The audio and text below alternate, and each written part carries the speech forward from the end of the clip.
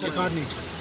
क्या बीजेपी और कांग्रेस को छोड़कर कोई तीसरा धड़ा भी तैयार होता हुआ मुल्क में आपको नजर आता है? देखिए वो तो मैं अभी तो सवाल नहीं है, 24 तक देखिए क्या होगा। अभी तो मैं इस पर कुछ बात नहीं कर सकता। बहुत बहुत शुक्रिया। बेहद शुक्रिया आपका मिजाज को समझने के लिए सर। फरमाइए। और सर आज आपकी आमद हुई है लखनऊ में, अखिलेश यादव जी से आपकी मुलाकात हुई, मकसद क्या रहा मुलाकात का? देखिए इनके वालिद यादव साहब जो थे वो मेरे बहुत करीब थे। मैं उनको बहुत सालों से जानता था।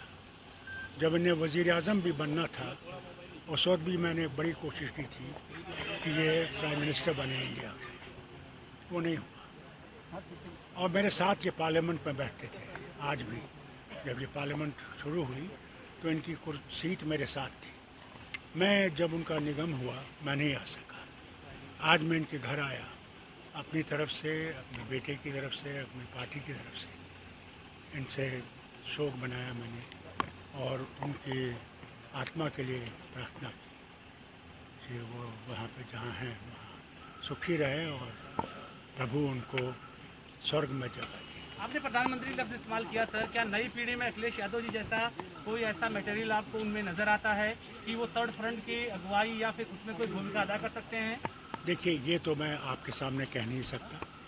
ये तो जब ऑल पार्टीज मीटिंग होगी उसमें हम लोग इस पर चर्चा करेंगे और सब लोग ठीक हो।